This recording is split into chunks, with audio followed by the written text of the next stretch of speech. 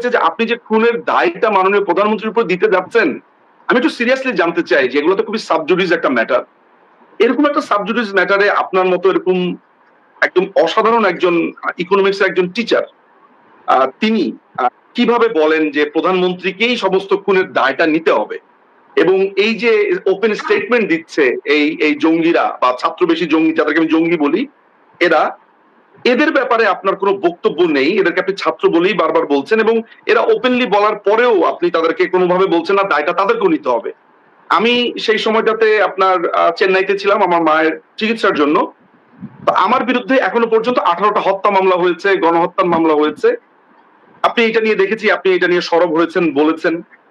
কিন্তু এই যে একটা আপনি বারবার স্বৈরাচার বলছেন, স্বৈরাচারের কথা বলছেন, এই যে শিক্ষকদেরকে অপমান করা, পদত্যাগে বাধ্য করা, হত্যা করা, জবাই করা, রাস্তার মধ্যে পেটানো, কেউ আওয়ামী লীগ সমর্থন করেছে কদিন আগে ২ জন শিক্ষক, সরি ২ জন আপনার অভিনেতা সিদ্দিককে মেরেছে।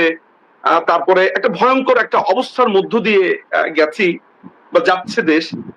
আমি আসলে এটাও জানতে চাই যে স্বৈরাচারটা ঠিক কোনটা করলে স্বৈরাচার হয়, বা স্বৈরাচার একটা সুনির্দিষ্ট টাইম ফ্রেম আছে কিনা যে এতদিন পর্যন্ত করলে সেটা স্বৈরাচার হয়।